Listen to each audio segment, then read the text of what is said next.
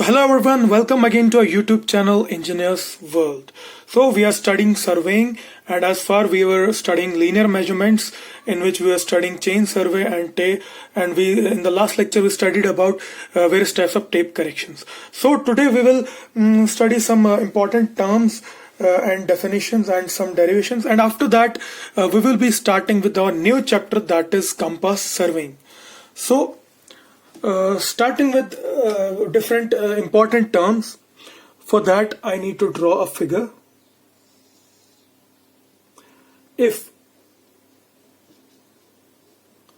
this is point A, this is point B, this is C, and we are joining all these.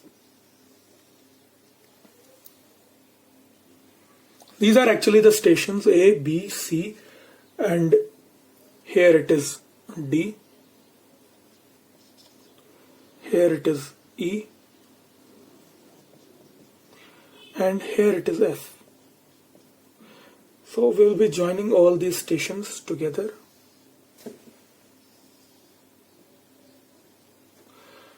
So you can see from the figure that it has formed a network of triangles.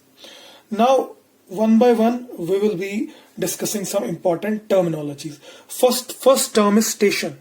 So what is a station? It is a point of importance at the beginning or at the end of survey line. Now coming to main station. These are the stations at the beginning or at the end of the lines forming the main skeleton. So as per this figure, A, B, C, D, E, F, these are the main stations. Now coming to the next term, that is baseline. See, baseline is what it is, the most important line and is the longest line. So as per the given figure, this is our baseline. As this is the longest line and it is the most important line, the main framework of the survey lines are built on it. Now coming to the next term, tie stations or subsidiary stations. These are the stations selected on main lines to run. These are stations selected on main lines to run the secondary lines for the purpose of locating interior details. So these stations may be denoted as you can see from the diagram. If I make this station and this station, so these are the A and B. These are, you can say, tie stations. Similarly, if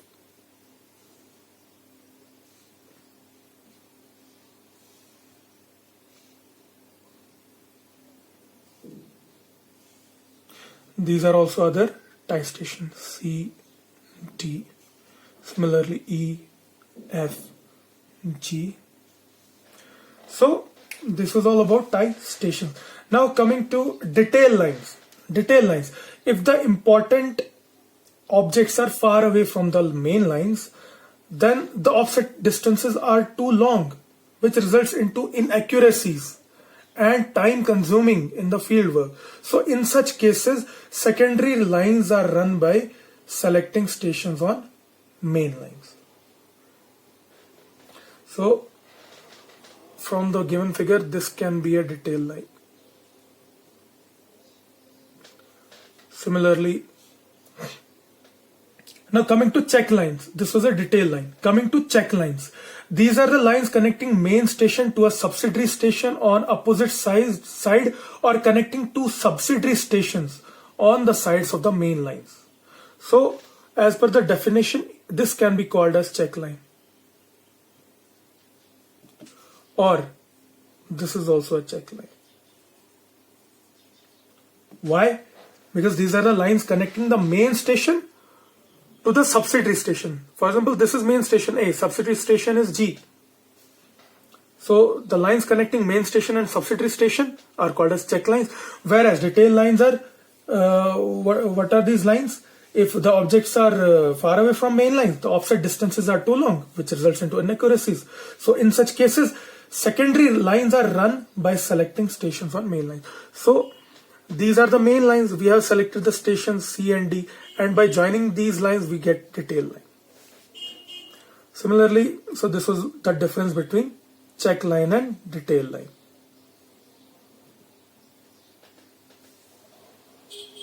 So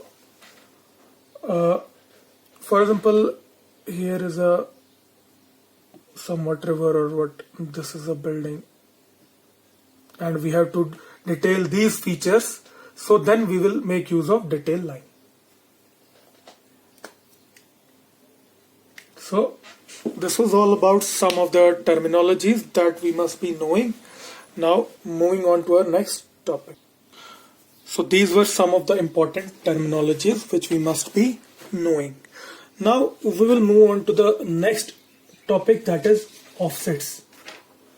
As I already told you what offsets are, but we will study some things in detail, some points in detail here. Hope you will be enjoying the lecture, as it's a very interesting topic today. So offsets. So what are offsets? I have already told you, these are the lateral measurements to the chain line for locating ground features. Lateral measurements.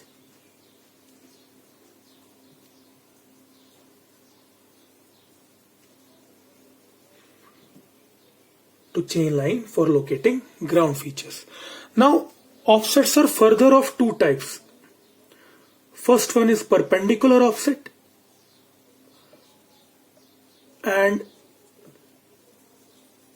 another one is oblique offset.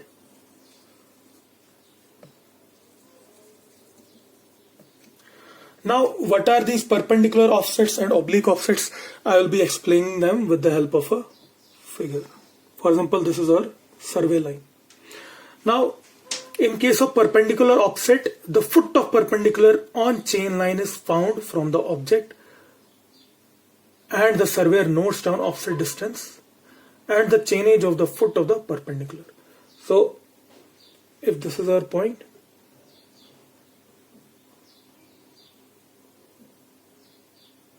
this will be our perpendicular offset, if this is our building or any other location. So this is our perpendicular offset.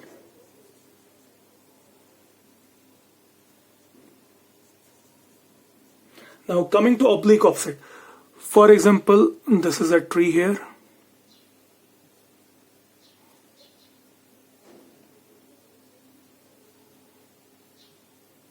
And we are making offsets like this, which are inclined. So these will be called as oblique offsets. So I think everything must be clear now about offsets. Now we'll move on to setting out of perpendicular offsets, as perpendicular offsets are more important here. So for setting out of perpendicular offsets,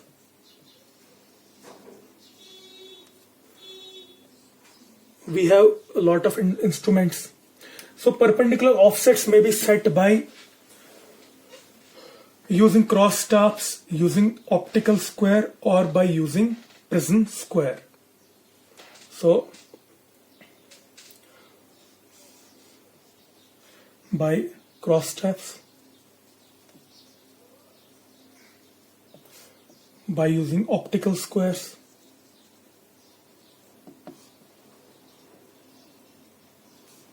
and by using prism square. So these are nothing but the instruments, different types of instruments. So starting with cross staff. What is cross staff? Cross staffs are used to find the foot of the perpendicular of the object on survey line, or to set a perpendicular from a point on the survey line. So if I make the diagram of a cross staff, it is just like this.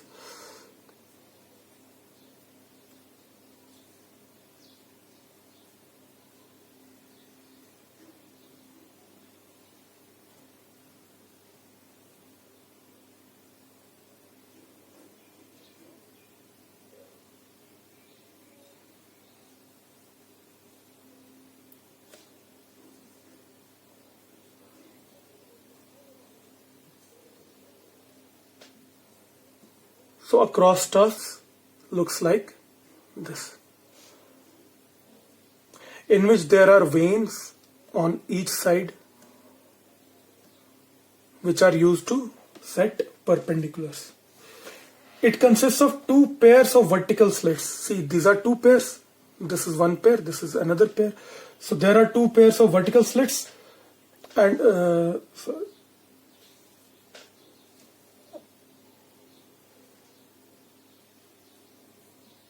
this is the whole diagram of a cross staff. So it consists of two pairs of vertical slits giving two lines of sight at right angles to each other. The slits are provided at a distance of about 150 mm. It is provided with a base in which 1.2 to 1.5 meter long 25 mm stand can be inserted. Through one pair of slits, a ranging rod at station point is sighted. For example, using this pair, we will sight the ranging rod at one station. While standing in approximate position at the foot of the perpendicular offset, and then point is sighted. And then standard is done. Now, through other pair of slit, for example, this is pair 1. This is one pair. Through this pair, we are sighting ranging rods on the survey line. Now we have to set foot perpendiculars, so we will use pair 2. Through the other pair, we make an observation to sight the object. The stand of the cross staff is moved to and fro on the line till one sight is along the survey line and the other is on the object. So in this way we get a perpendicular. So this is all about cross staff. Now our second instrument is optical square, and it is one of the most important instruments. Optical square, it is more accurate and convenient instrument for finding foot of perpendicular or to set a right angle. Now, if I make the diagram of a optical square, it is somewhat like this.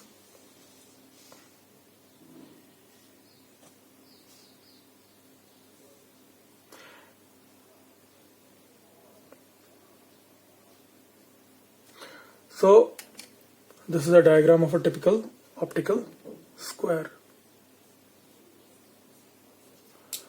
Now, in order to, it usually consists of a metal box of about 50 mm in diameter and 150 mm deep.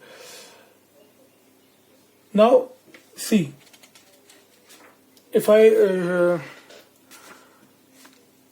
make the diagram, actual diagram, how it works. If this is our survey line,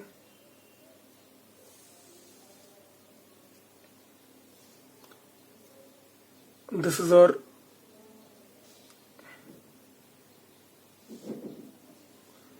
optical square. I am making the diagram of an optical square to show you how it works. If we have to sight this point, let it be P.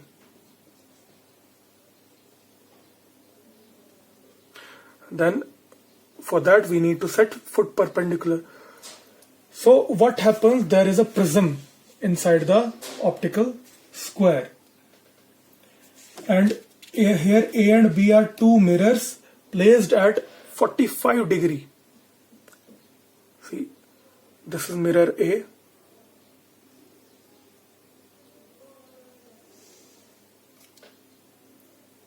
and this is your mirror B. This is mirror A, this is mirror B. They are placed at an angle of 45 degree to each other. So what happens? The mirror A, which is opposite to the opening F, is fully silvered. Mirror A, see, if this is the opening F, this is the opening F, it is A is opposite to F, it is fully silvered. It is fitted to a frame which is attached to the bottom plate. So by inserting a key provided on the top of the cover, this mirror can be adjusted. Now the mirror B, which is in the line with EG. Now what is EG? This is our EG, that is our main serval line. So it is in line with EG. So what happens? It is silvered in the top half and plain in the bottom half. So mirror B is silvered in the top half. If I'm making a mirror B, so only top half is silvered. And for mirror A,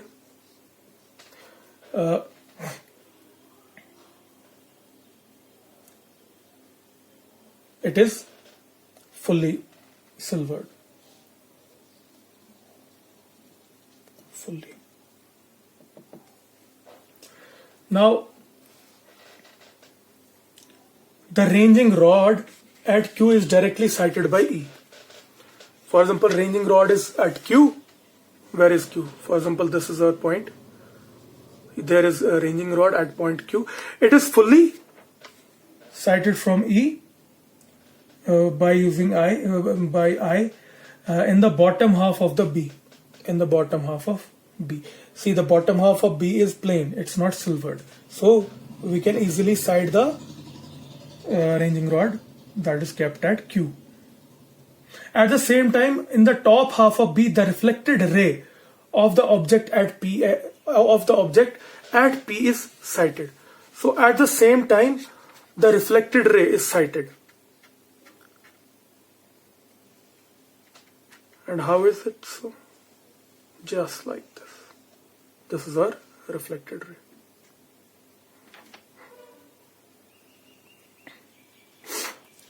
Now, when the image of P is in the same vertical line as the object of Q, when they are in same line, then the lines PA is at right angle to the line EB. Then the line PA will be at the right angle to the line EB. This is our line EB. So in this way we can set a perpendicular using optical square. So the main points to be noted here is that the angle between two mirrors is 45 degree and the mirror A is fully silvered, and for mirror B its top half is silvered and bottom half is plain. Why it is so? Because on survey line, when we are sighting a ranging rod, it should be sighted. So for that reason, half of this mirror B is silvered and half is not. Now the third instrument is prism square. So this was all about optical square. Third instrument is our prism square. See, it works on the same principle as that of optical square. In this, instead of using two mirrors, a prism with angle between reflecting surfaces of 45 degree is used. So its advantage is no adjustment. What is its advantage? That there is no adjustment is required, since the angle between the reflecting surfaces will not get disturbed. So it is used in the same manner as that of optical square. So what we do, we place a prism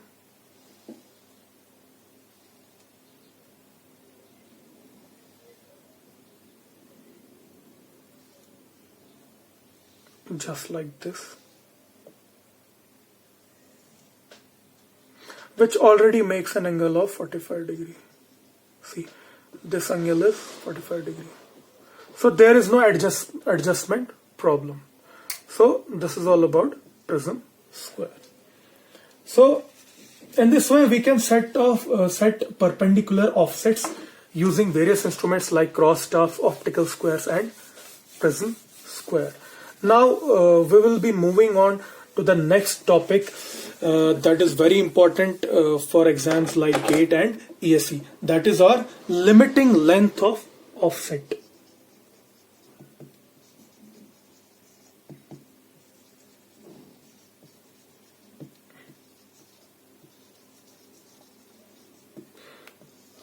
Now what is this limiting length of offset?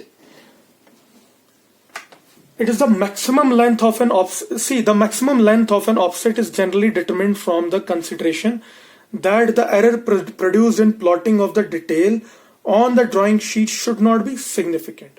Or in other words, the displacement of the detail on the sheet from its correct position should not be more than 0.25 mm or so. 0.25 mm. A good draftsman can distinguish a distance on the paper equal to about 0.25 mm.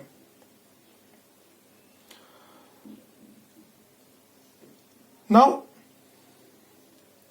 the maximum length of the offset depends upon scale of plotting, possible error in direction and length, and also on the accuracy desired. Now, the effects of error in direction and error in length can be discussed as. See, let us suppose that an offset, this, for example, this is our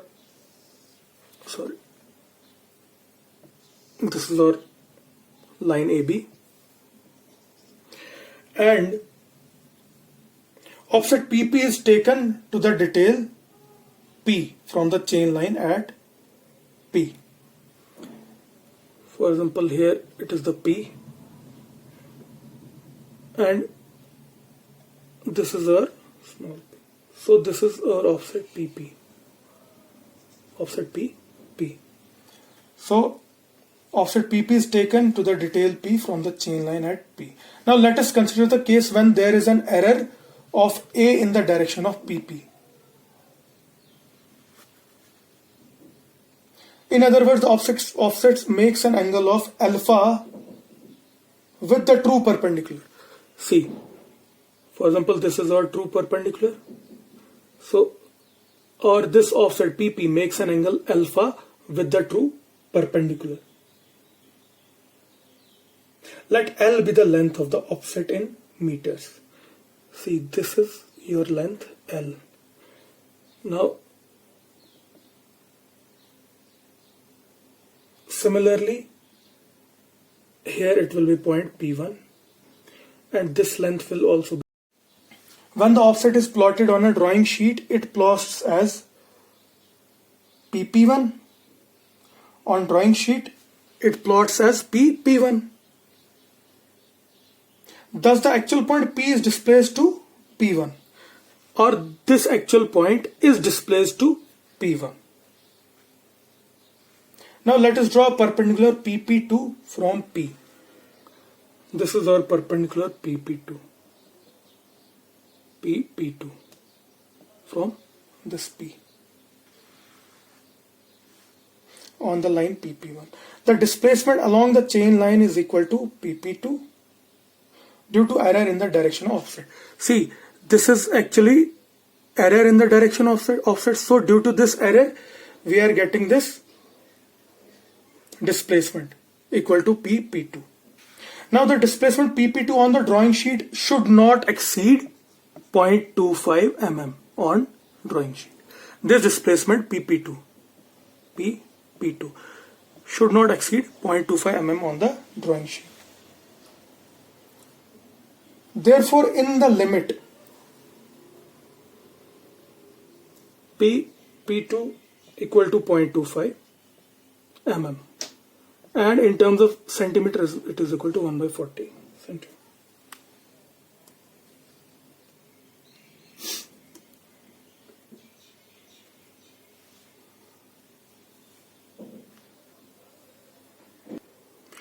Now, if we use a scale of plotting as 1 centimeter equal to S meters,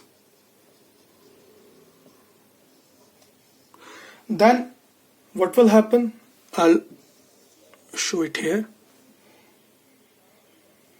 If we are using scale of 1 centimeter equal to S meters, or in other words RF equal to 1 upon S into 100. This is one and the same thing. 1 by S into 100. S into 100. So the distance PP2 in the field will be equal to, or distance PP2 in field will be equal to S by 40 meters in terms of meter. Because here in terms of centimeter, it was on paper. So on field, by using a scale of 1 centimeter equal to S meters or RF of 1 by S into 100, so we will get distance PP2 on field as S by 40 meters. But from the given diagram, our PP2 will be, from this diagram, or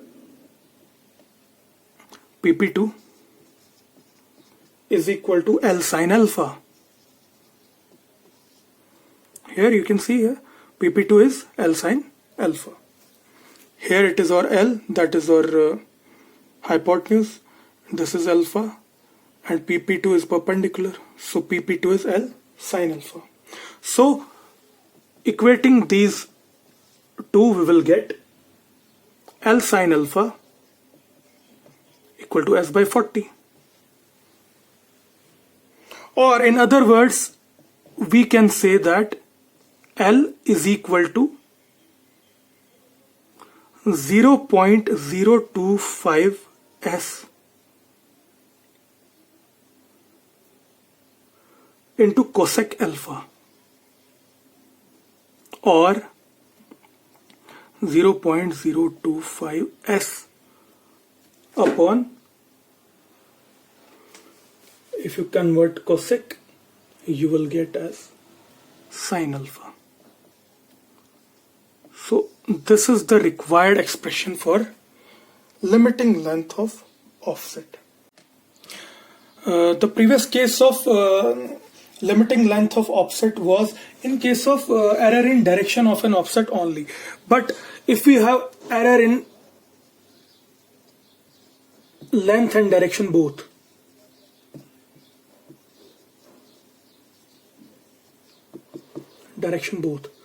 then how will we calculate limiting length of offset? So in this case, if this is our line AB, survey line, and this was, let it be, this is our line, this is P1, and this is P, and actual offset, perpendicular offset was this.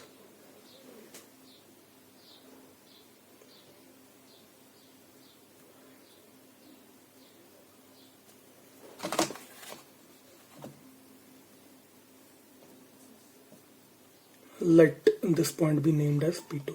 So L be the length of offset. But here you can see we have also got some error in direction, that is error in length, sorry, that is delta L. So this is something different. Now what will we do? This is the angle alpha. Now PP1, what is P1? This is displacement due to incorrect length. P1 is displacement due to incorrect length. And what is this P1, P2? This is again P1, P2 is again displacement due to incorrect direction. And what is your P2? This is total displacement. P2 may be called as total displacement due to error in both length and direction.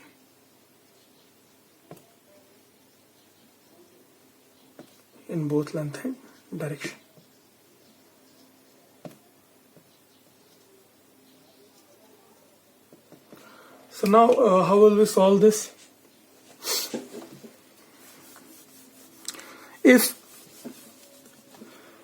the length of the offset has been measured to an accuracy of 1 in R, if we have been measured an accuracy of 1 in R, then delta L will be simply as L by R. Now if the displacement of the point P due to error in measurement of length is equal to that of due to incorrect direction, or we can say P1 P2 is equal to P1, and we have already calculated the formula for P1 P2 as L sin alpha, or from this diagram you can see P1 P2 as alpha L sin alpha. L is the length of offset, alpha is the angle, so P1 P2 will be L sin alpha, and P1 is our delta L, or you can say L by R. So from this equation you can say L sin alpha equal to L by R, or R equal to cosec alpha.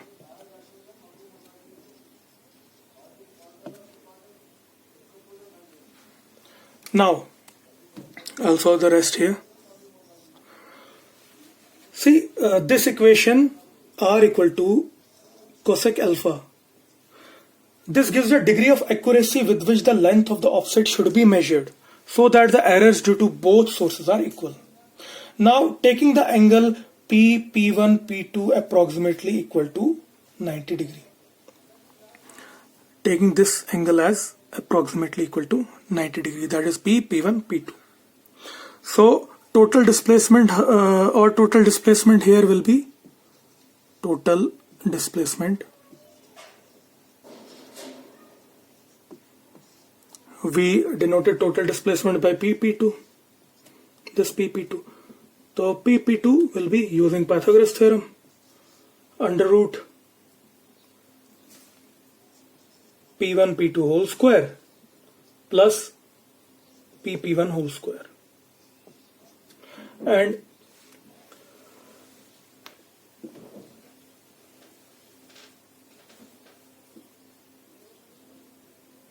which will be further equal to, as we know that P1 P2 is equal to P1, so replacing P1 by P1 P2 we will get P1 P2 whole square plus P1 P2 whole square.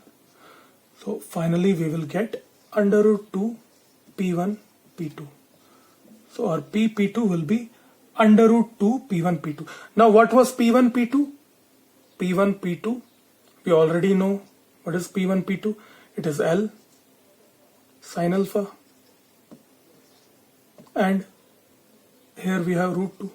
So our P2 becomes equal to root 2L sin alpha.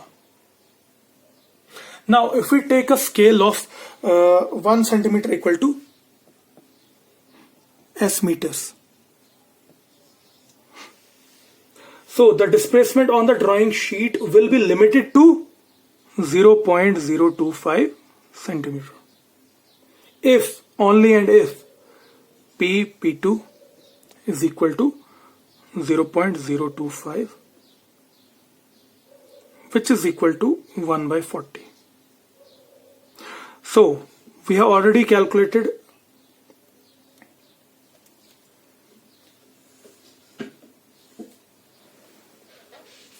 our P2, we know that it is under root 2L sin alpha.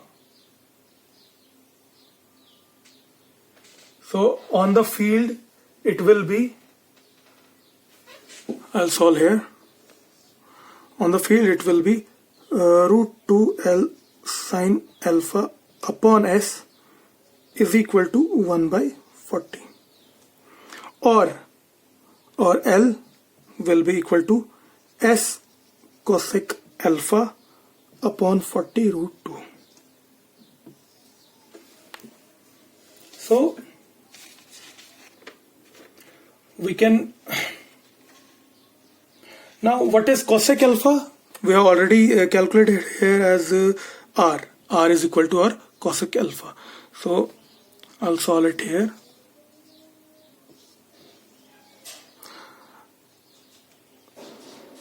This equation will become L equal to S R upon 40 root 2.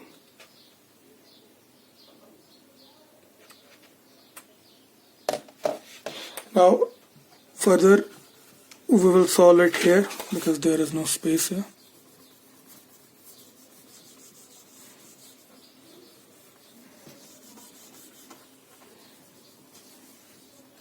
So we have got the expression as L is equal to SR by 40 root 2. Now see, this equation gives the limiting length of the offset in meters. See, this statement is based on the assumption that the displacement due to error in linear measurement is equal to that due to incorrect direction.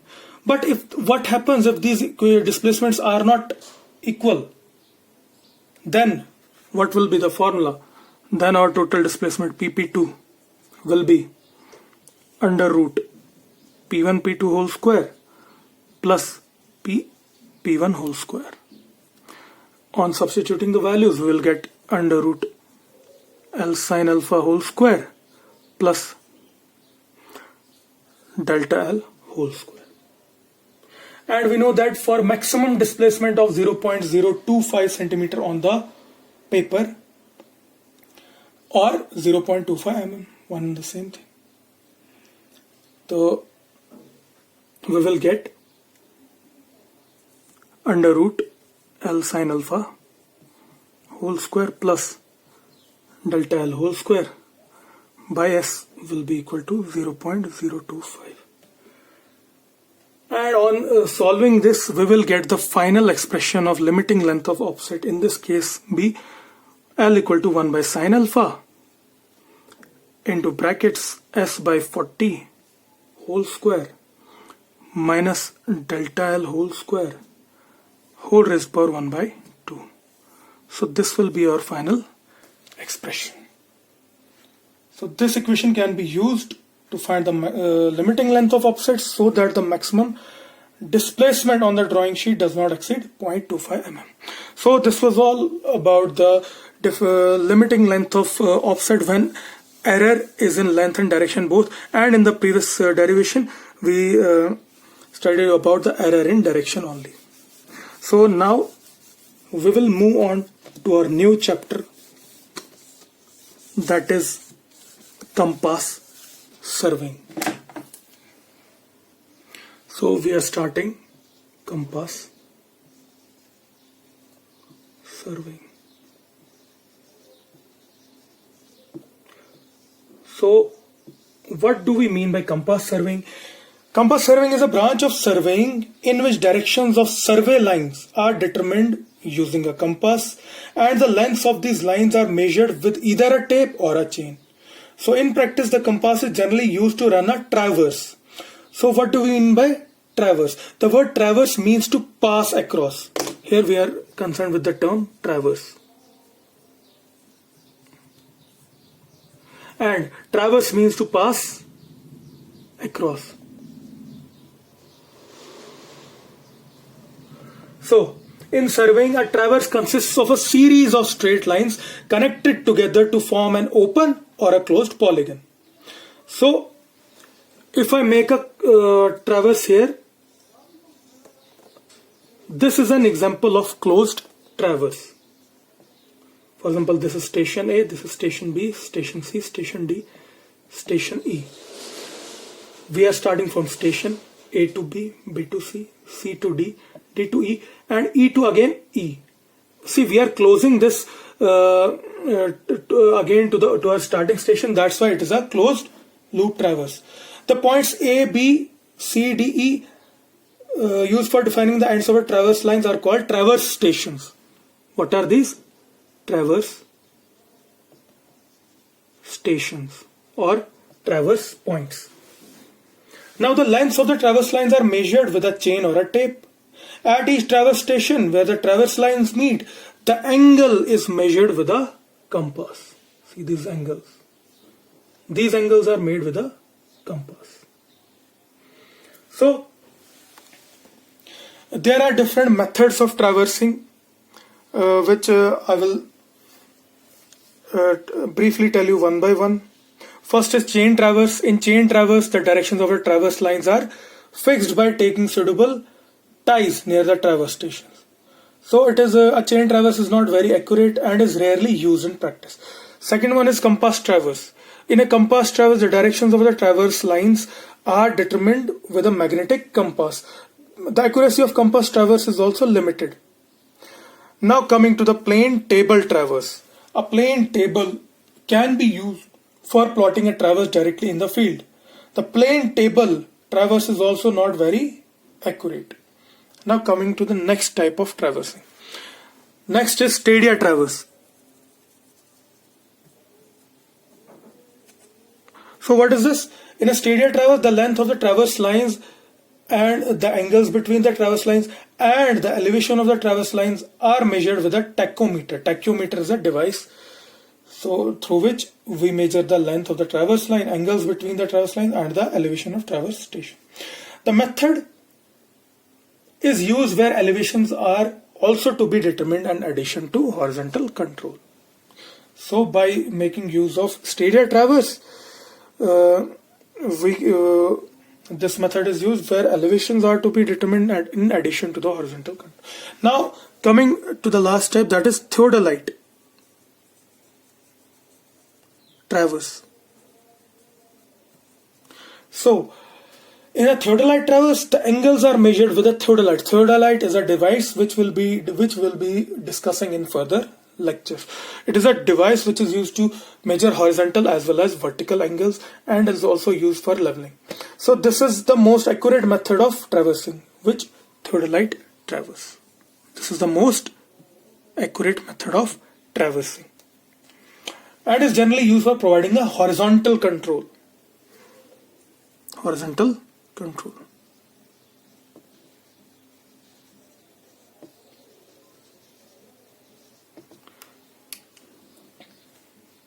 So this was all about different methods of traversing. And I also told you on the very first lecture that there are two types of traverse. One is open traverse and closed traverse. Now we will start our next topics. So moving on to our next topics, that is types of meridians.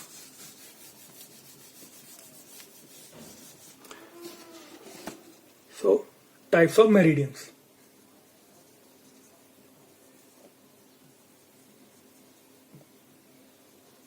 See, there are different types of meridians like true meridian, magnetic meridian, grid meridian, arbitrary meridian.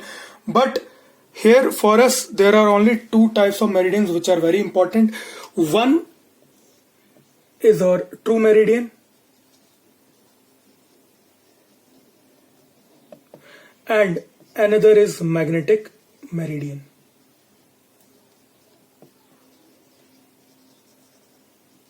So we will be discussing both one by one. So starting with true meridian, see if this is our earth, so I'll make it here. I'll first start with true meridian. If this is your earth, see true meridian at a point P. See if this is a point P. So at a point P, true meridian is the great circle passing through the point P and the geographical north and south poles of the earth. See if this is geographical north pole and this is our geographical south pole.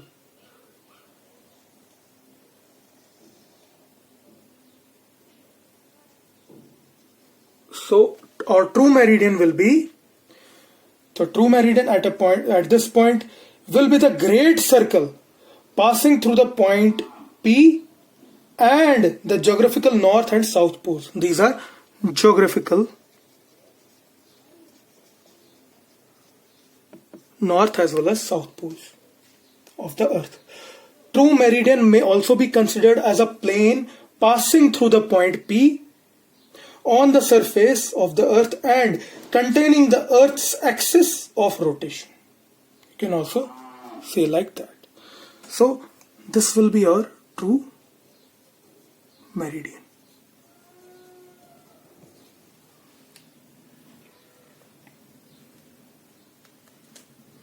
So how do we determine this true meridian? The true meridian at a point can be determined by the astronomical observations to the sun or the stars. Now moving on to the next type of meridian, that is our magnetic meridian.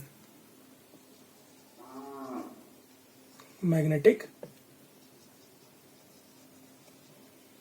Now what do we mean by magnetic meridian? Magnetic meridian at a point is the direction indicated by a freely suspended balanced magnetic needle at that point. The magnetic needle should not be affected by the magnetic forces other than that of the earth for obtaining the correct direction of the magnetic meridian. See, the earth acts as a very large magnet, and its north pole located considerably south of the true geographical north. See, if I again make the earth, if this was our geographical north, I'll denote it by geo, and this was our geographical south. But what happens? Earth acts as a very large magnet, and its north pole located considerably south of the true geographical north. So this will be north and this will be your south. These are magnetic poles, magnetic north and magnetic south. I'll write it here as magnetic north, and this is magnetic south. The magnetic poles are not fixed in position of the earth. They change their positions continually due to some unknown reasons. Those reasons are not known till. See, the freely suspended magnetic needle comes to rest in a position parallel to the line passing through the magnetic north and south poles, and hence it indicates the direction of the magnetic meridian at that point. So this was all about true meridian and magnetic meridian. Now moving on to the next topic, that is bearings and types of bearings.